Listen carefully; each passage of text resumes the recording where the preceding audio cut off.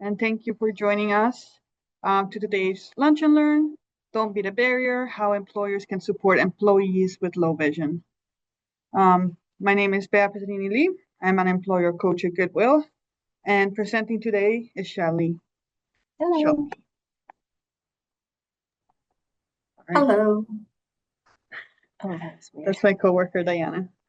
Oh, I thought that was me. Gosh, sorry. Okay, so before we start, we are just going to show a land acknowledgement.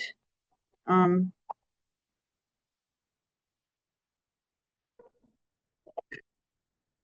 everyone hear it? Yes, perfect.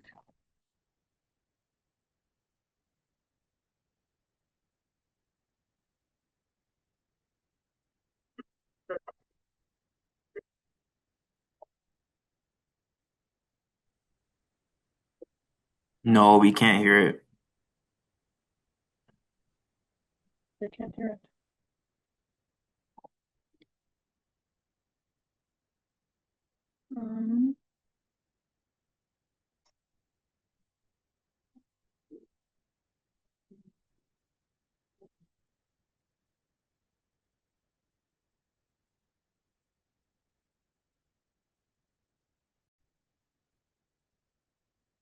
Let's try it again.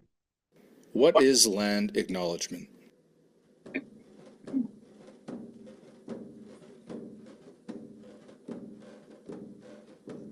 Those of us that are continuing our oral history are blessed. What we shared, that was told from way back. We were part of the ecosystem. We were not masters of it. You know, after we grow up from our biological mothers, the earth becomes our caregiver. Everything that we need is there. We were raised to believe that everything has a spirit, and that everything around us is alive and has a purpose. The spirit of the land and our spirit. You can't separate land and people. In Treaty 7 territory, I'm accepted, I'm something, and I'm with my people.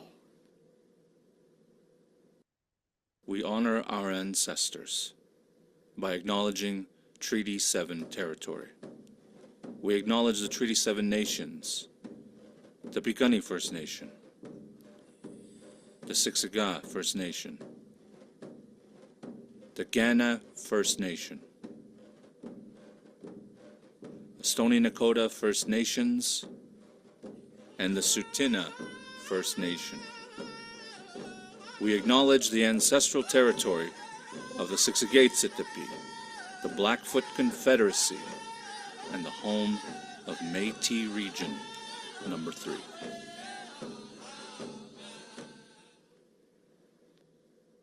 Okay, thank you so much. Before Shelly begins, I will talk about Goodwill a little bit. So Goodwill is a nonprofit organization dedicated to the empowerment of individuals with disabilities through employment, job training, job placement services, and community support. The Employer Inclusion Accelerator Program is designed to empower employers with knowledge and tools to embrace inclusivity by promoting the hiring of individuals with disabilities. We will now start the presentation with Shelly, who is actually an employee of Goodwill, as well as an advocate. And yeah. So this is a video that Shelly filmed in one of our stores. And please confirm that you can hear it. It's at the beginning, though.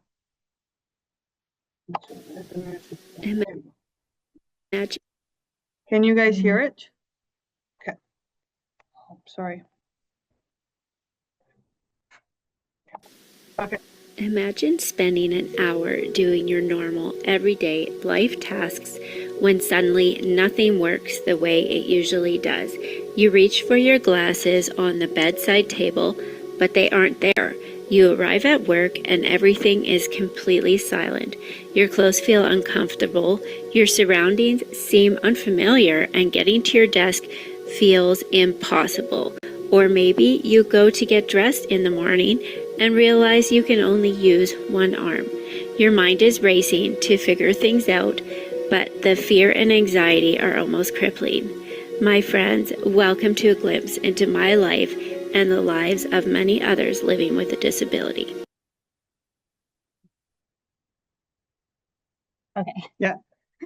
Hi, my name is Shelley, and I am so blessed to be here. I am so honored to be an employee at Goodwill as somebody with low vision. To be given that opportunity was huge, and I am so excited to be here and share a little bit of what it is like to be somebody with low vision, but also probably somewhat represent just adults who live with disabilities their whole life. All right. So the first slide is my journey living with low vision. So your diagnosis and challenges.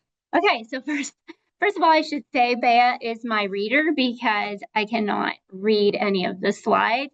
And like normal people get to have scripts. This is what mine looks like, and I'm still gonna be like this. So just so you know, that's my life. So I was born with something called optic nerve atrophy. My father had it, and actually 3 out of his 4 siblings had it. And interestingly enough, later in life, they found out that both of my grandparents had it. So super crazy. Obviously, it's hereditary. So I like to think of it as when I was trying to think of like, how do you describe optic atrophy? But I would say on a daily basis, when I am out of my environment, my eyes will send an image to my brain, and my brain will be like, you know what, that's pretty blurry. Can you send me another image? And my eyes will be like, no problem. You know, they'll shoot up another image, and my brain will be like, okay, we'll work with this. You know, image may be ladder, plant, or tall, skinny human. You know, I won't really know until I get closer. And that is pretty much the dialogue that goes on nonstop between my brain and my eyes all day long when I am not in my immediate environment. So you can imagine when I'm outside of my normal environment, it's pretty exhausting. It's pretty overwhelming. And if I'm in a totally new environment alone, it can be a little terrifying because not only am I just like in a new environment, but my brain and my eyes are like totally dysfunctional. You think of a dysfunctional relationship, that's my brain and my eyes. So how I actually see, you could say if like I'm considered to be legally blind, so they can't really put a number on it because I just can't read the eye chart. But if we were both standing 20 feet from a tree, you would, I'm assuming you're going to see the individual leaves, like you'll probably see the bird. You might even see details on the bark. I'm going to see like the brown trunk. I'm going to see the green. I might see movement. If there's wind, it's not likely I'm going to see individual leaves, but I guess that depends on the tree. The closer I come to it, the more details I will be able to see. Eventually, I will see like quite a few details, like if I'm right up close, but I will never like, I will never be able to look up into a tree and see a bird. The zoo is very boring for me. I feel like I'm just looking at giant things that may or may not move, you know. So yeah, that's how I describe optic atrophy, and it in itself is also a large spectrum. I have 3 children, and my 2 oldest sons, I guess that's kind of a genetic thing that the mom passes on to the sons, FYI. But they both are able to drive. So they actually fall in that line, and their vision is very steady, whereas like mine has progressively gotten worse. So I am super grateful that they have the vision that they have. Okay. So the next point is navigating school, work, and independence. So we thought we would enlarge the text there to give an example. Like, and I am like sitting like how far? 2 feet? Yeah, maybe. Maybe 2.5 feet. And like couldn't even kind of read that.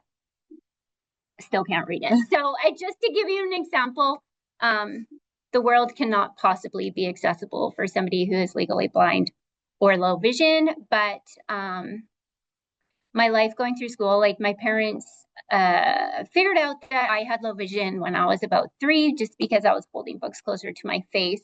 And you know how elementary is, you have little accessibility things and elementary is easy. And then I was actually going to a private school. So I had a small class, everybody knew about my eyes. It wasn't until I had to move to like a regular high school in grade 12.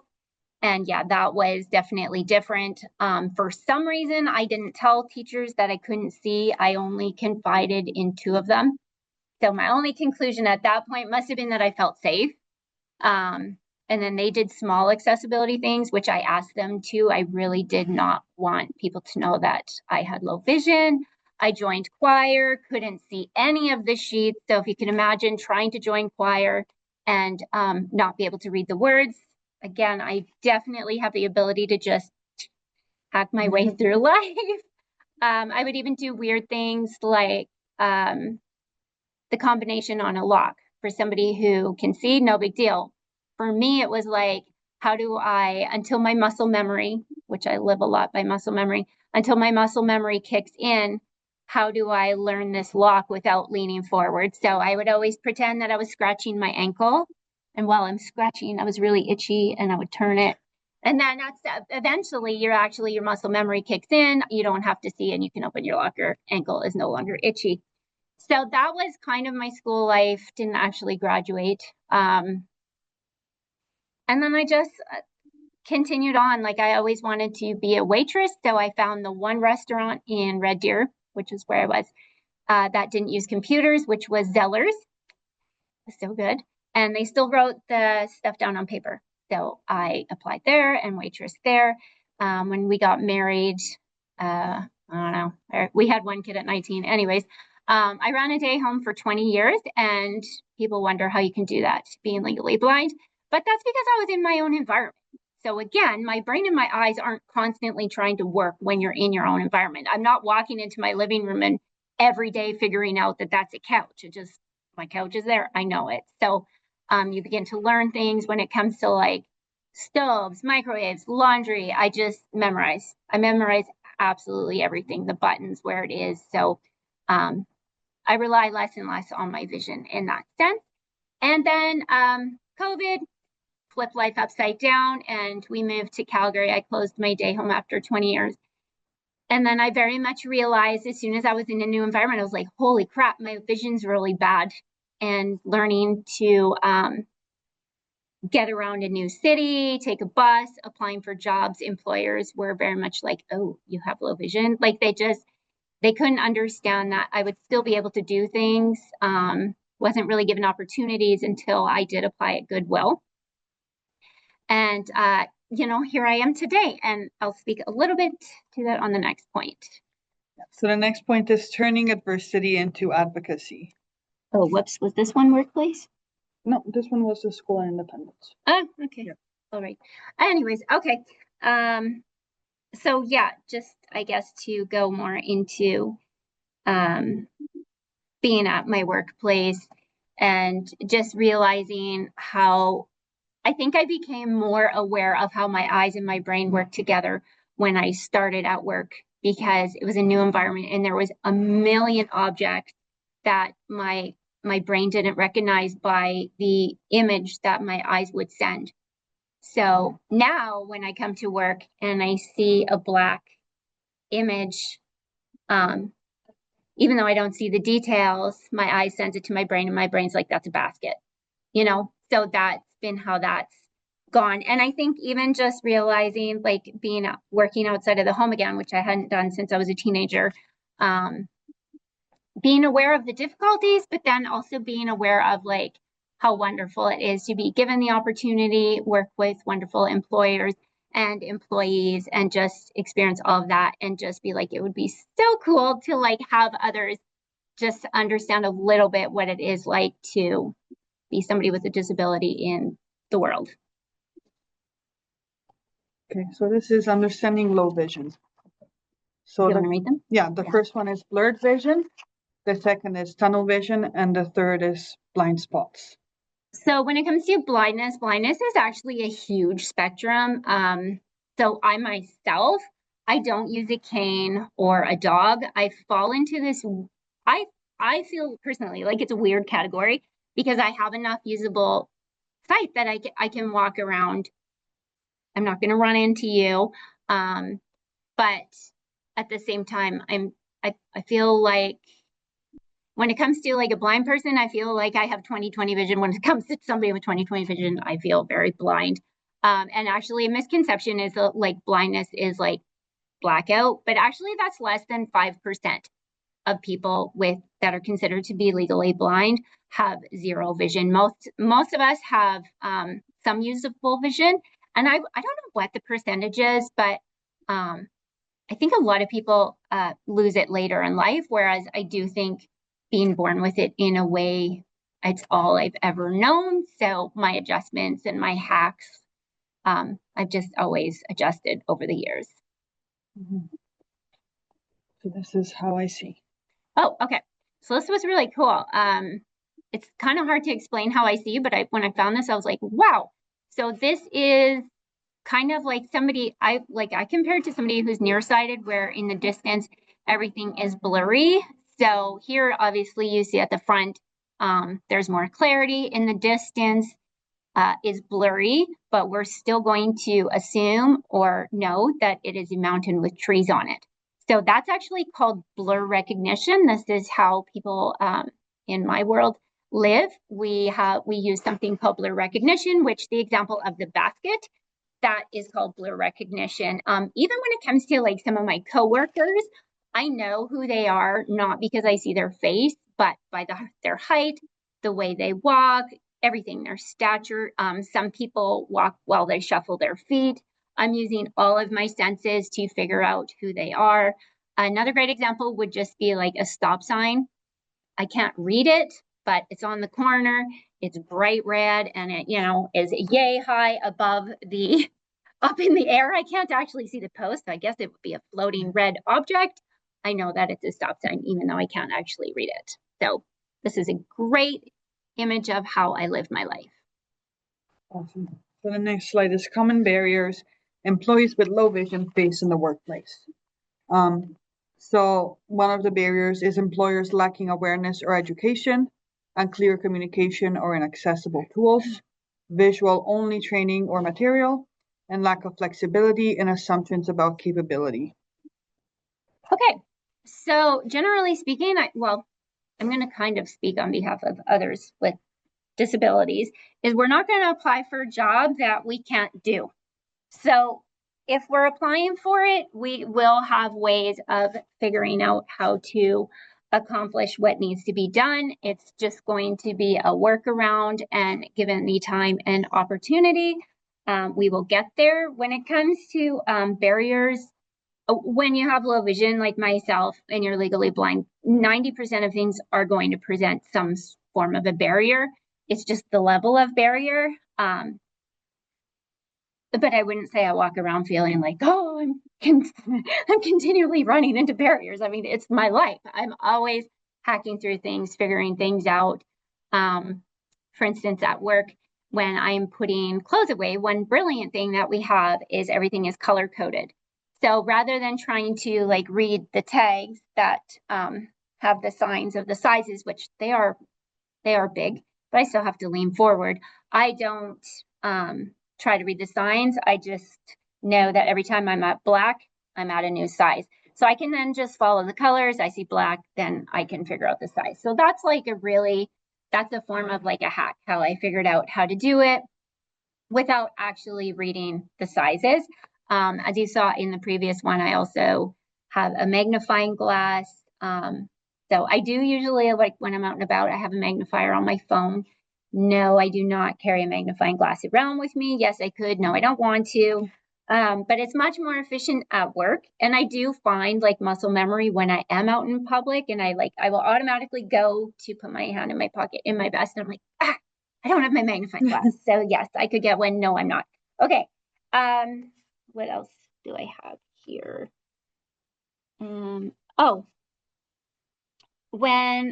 Okay, just another example about barriers. When I started here, and I'm assuming this was just a privacy thing. Again, like I'm learning, I think everybody's learning. When you hire somebody with a disability, the person with the disability is learning along with the employers, the supervisors, everybody.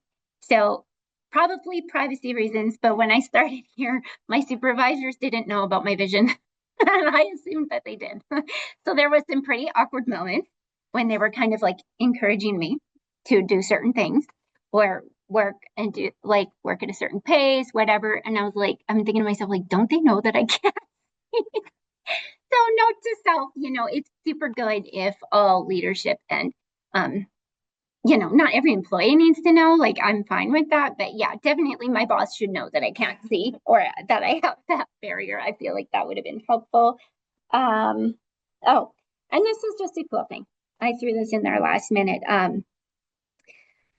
So everybody always gets me when I work to like do the announcements at the end of the night, just because I'm used to speaking to cameras and speaking out loud. Okay, you guys know what I'm going with that. Okay, anyways, and they changed the intercom system. Great example. Don't change things. It's like, and so I was like, no, I'm not doing it anymore. I don't know it. It's this new system. There's a million buttons. I can't see them. And before, like I said, I had it all memorized. And one of my coworkers, because she probably didn't want to do the announcement, she's like, Shell, come over here. I'm going to teach you how to do it. And this was brilliant and so intuitive of her because she must have just learned because she's known me for 3 years. And she's like, I'm going to show you how to do it. And she literally took my hand on the phone and she's like, you're going to count down 5 buttons, which I could actually see them because they're white against black. So the contrast was great. She's like, you're going to press this. And she told me, and she's like, and then you're going to come down here and you're going to press this. And I was like, the fact that she did that without even my instructions on how to teach me, I was like, that was brilliant. That really, that's good, right? Yeah. Yeah, really nice. that meant a lot. So sometimes it's just pay attention and think, well, if you had to do something with your eyes closed, how would you get there? Okay. Good? Yeah. Thank you for sharing. Okay, so be part of the solution. Learn before making assumptions. Ask, don't guess, and normalize asking what someone needs. Okay. So this is a fun example. Just recently happened. Again, we're all learning. There's like 0 hard feelings, and I got a thick skin, and I can laugh at myself. So Goodwill had their like fashion show, and they asked me to be in it, which was amazing. And then they asked me to be on the CTV news thing, and I was like, okay, sure. And I had done that before with them. And so we showed up in the morning, and it was me and 3 other models. And the CTV news guy, like, first of all, we're back in this room.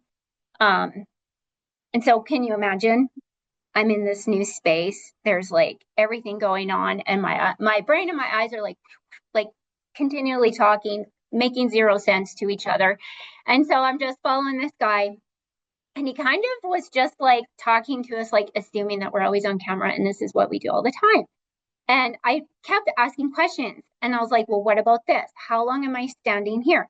And actually, it just wasn't me that was confused. The other people were then asking me, I'm like, why are they making the blind guy go first? Like, first of all, don't make the blind guy do the first move. Anyways, so I kind of felt like comfortable-ish. And so it was, and then the CTV news lady, she's like, okay, so I'll just look at you for the cue. And I was like, I'm legally blind. Please just don't look at me. Like I need a clue. Oh, I totally understand, she says. Do you though? Like, I'm pretty sure you don't, but okay. And so she's like, I'll lead you with a verbal cue. Like, okay, awesome. So she dies, and then I go out, and I'm like, the guy had said to stand there for 10 seconds. So I'm like trying to stand there for 10 seconds and model my amazing outfit. And then I like walk off, but then I'm like, he's still talking. So then I walk back on. Oh, and I'm like kind of giggling. It was just a me moment. Like if you know me, you're like, Shelly, that is so on brand. Okay. I'm like, I can laugh about myself. But here's what I took about it after, because then when I was watching the other people do it, I was able to like see that there was like a TV moving up and down that I assumed they were on. I could kind of see their image. Then I also knew that the Goodwill rep was describing our outfits. And so I thought of it later. I was like, boy, if they had been informed and I had like been informed of this TV here, because it was assumed that I could see me in there as I was, but I didn't know that I was there right there. Like all of these things, I could have not walked off and felt stupid. I didn't feel that stupid. It was okay. But if you're getting what I'm saying, again, no judgment passed. But in the afterthought, it's like, okay, let's learn from this. If we're going to invite a legally blind person to do something, even though I always look capable, I'm actually not. So it's super helpful if we just do that extra bit of homework and describe the situation to me. So yeah, just a great learning experience for all. Okay, so the next slide is employers' tips for inclusive practices. So use accessible formats such as audio, large print, and screen readers. Provide clear verbal communication. Allow flexibility in training and role design. Empower self-advocacy and educate your team. So again, I think the thing is like, we are very, very capable. We're not going to do things we can't do. But when you go to make changes or implement a new policy, just ask yourself if the person with that disability, if it is something that they're going to do. You know, work for a half an hour without your glasses on and then let me know how that went for you. Or I have a sweet little coworker and she's, is it okay to say deaf and mute? Yeah. Okay. So, and you have to ask yourself, could this employee do this job without talking or implement this new policy, right? So if you can't implement a new policy without using your words, let's not do it, because it actually is going to create me a lot of stress. I'm very used to adjusting and I'm very, very adaptive. I don't know.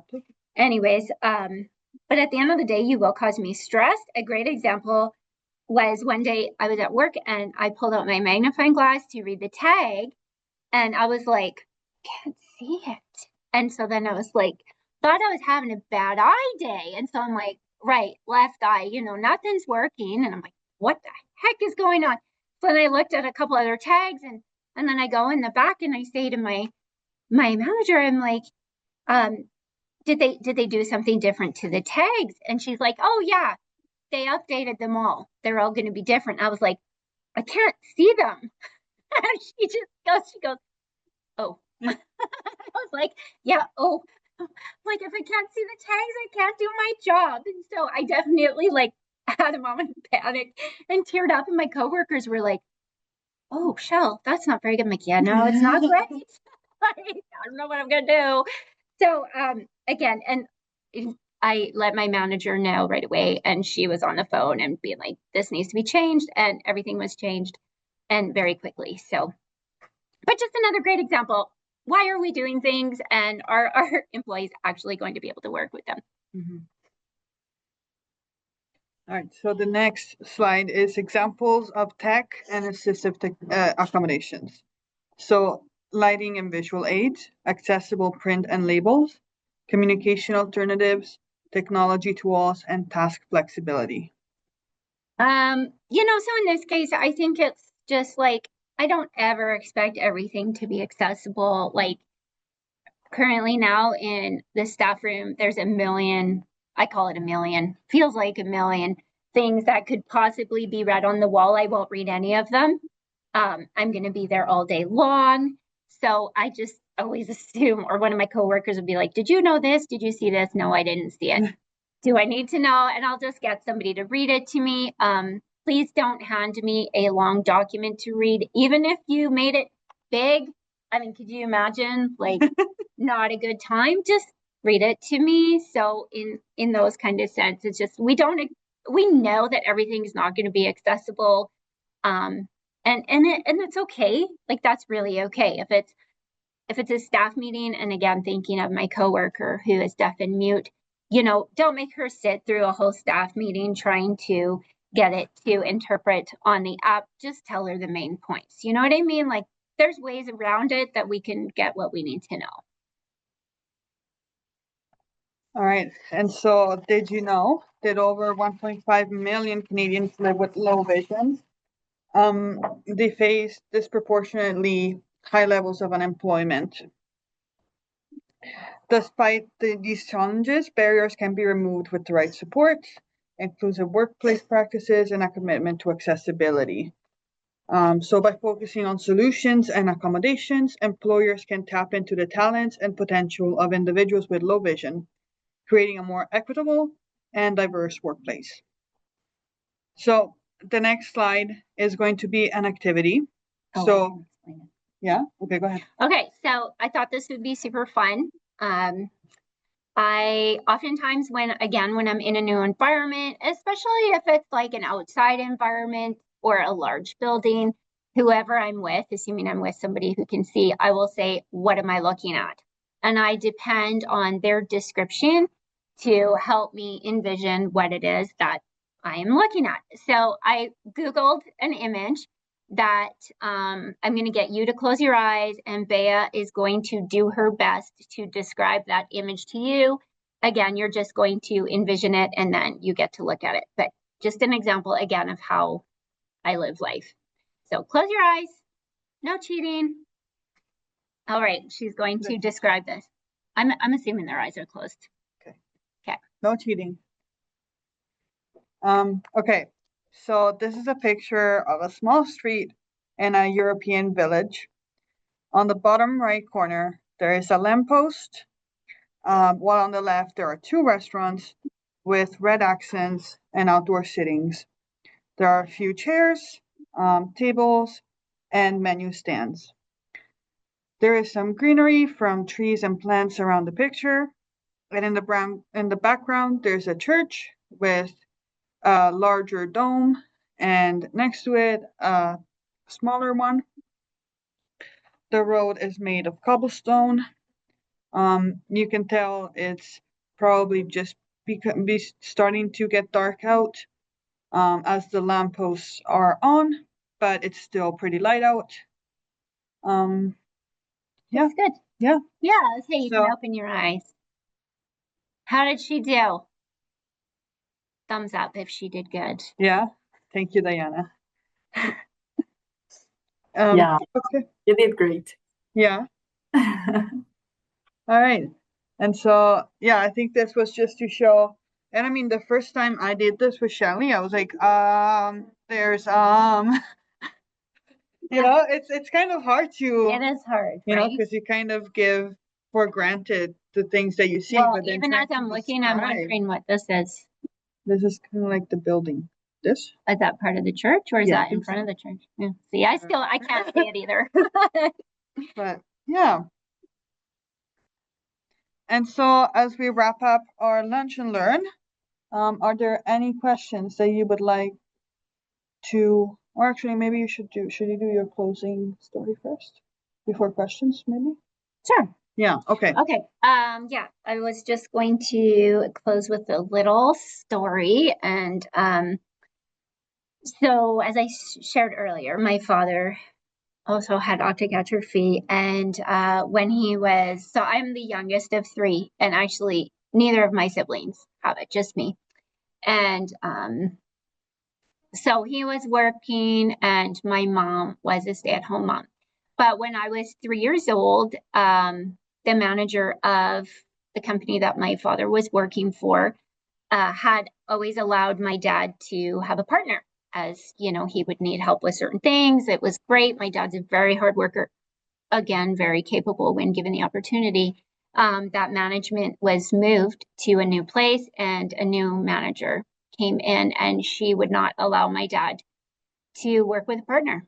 So he was let go for no other reason than that. And he, at that time, he still wanted to work, but there was not this type of inclusivity. There was just the opportunities weren't there for him. So he then became the stay-at-home dad, and my mom had to go to work. And it just means a lot to me that all of you are here and understand the importance in our value as humans who were born with disability of no fault of our own, but that we can still offer so much. And it's actually not that hard to work with us, because, you know, I can't imagine being my dad in having a young family and in his early 20s and just being told he was no longer worth employing anymore. So that's very impactful. And the fact that you are here and willing to do that, just, it means a lot. It means a lot to me, and I know to others. So yeah. And I mean, if you have any questions, I'm always an open book. So ask anything, or if I covered all the bases, then I did a good job. Yeah, I mean, you did a good job. Great Thanks. job. So yeah, if there are any questions, we're here to answer them. Is that a hard no? Let's see. Well, Gina says, awesome job. Chantal also says, awesome job. Jackie says, thank you for sharing your experience. Truly inspiring. Thank you. Okay, there's a question. What advice would you give to support students in a co-op setting? To supporting students. So you know what a co-op is? No, what do you mean by co-op? Like in school? Yeah. University? Or yeah, I think university. Can you give me, okay. So Gina works at NATE. Oh, okay. And so kind of like schooling and working at the same time. Well, I mean, at that age, again, they're going to be somewhat like me, where they probably have some good systems in place. I would say that form of being that person that they honestly just feel comfortable talking to. I honestly think the best thing you can do is like just understand what somebody with a disability, what's going on behind the scenes. We're used to tackling life and dealing with our disability, but it's behind the scenes stuff that's going on in our heads and our minds. For instance, I got invited to an event in September, and I was going to have to go alone. And I'm like, okay, how am I going to know where the door is? How am I going to find the bathroom? There's probably going to be drinks there. Are the glasses going to be tall stemmed? What if I knock them over? Are they going to be clear? How am I going to find my table? And I'm going to be like, this is like, and that goes nonstop. And I haven't even entered the place yet.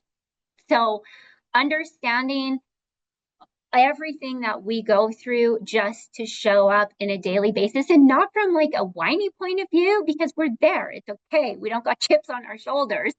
I think just having that perspective and then just being that person saying, can I do anything to make things a little bit easier? Are you okay? And just giving them the opportunity, because like I said, I'm super stubborn. Like some people are like, you should get a cane to let people know I don't want a cane. And if I need one, fine, I'll get one. Do you know what? But like, that's okay. And if somebody does, you know what I mean? So as a disabled person, which we don't normally want to look disabled, or at least I don't. So working here, now I don't care if people see my magnifying glass, but when I first started, it was hard. I didn't like that. So I hope that answers your question. Okay. Thank you so much. Is it okay if I ask a follow-up Yeah, no, go for it. question? Okay. So do you think possibly like having like an orientation? Because part of what I do is to support institutional-wide initiatives around accessibility and developing best practices and so forth. So I'm already working with the Will Integration Learning team who support students with these co-ops. So do you feel like developing like a toolkit or like orientation so that they could see the site that they will be working, for example, first would be good for someone low vision? 100%. Okay. Yeah. Like when I went to that new high school in grade 12, That is one thing I did. I think I must have went with my parents, but I went ahead of time to find my classrooms because I couldn't read any of the numbers. Right? So, and even knowing where the bathroom is, Okay. yeah, it can probably, like a pre-orientation can probably be applied to many disabilities, Yes. just slightly altered. 100%. Yeah. Great Okay. idea. All right. Thank you so much. You're welcome. All right, let's see. We have other questions. Are there better assistive technologies than others? I'm so bad with this using assistive Yeah. technology. I feel like for everyone's different. That's what I would think. I mean,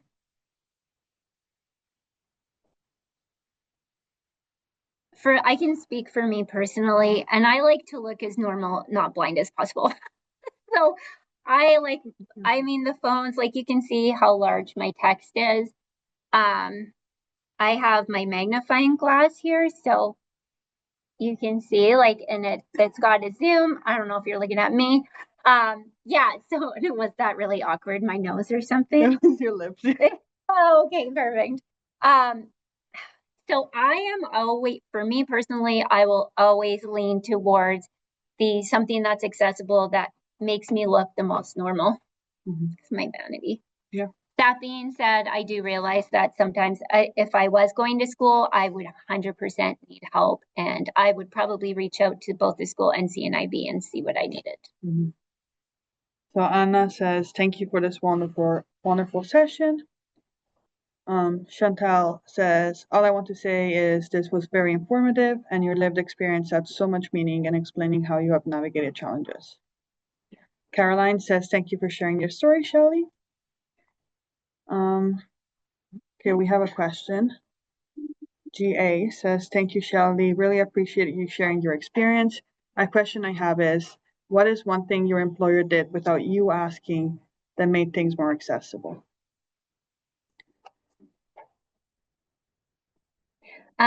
They arranged right away for me because when I first started, I was using the magnifier on my phone, but it was really slow. And so right away they arranged to take me to CNIB. They picked me up. They took me there. They paid for the magnifying glass. And then I was able to use that. So they just took that initiative, and that was really nice. All right, sorry, Kamisha. I didn't notice you had your hand up there.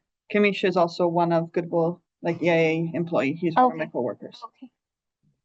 All good. So my question's I guess a bit of a two-parter. I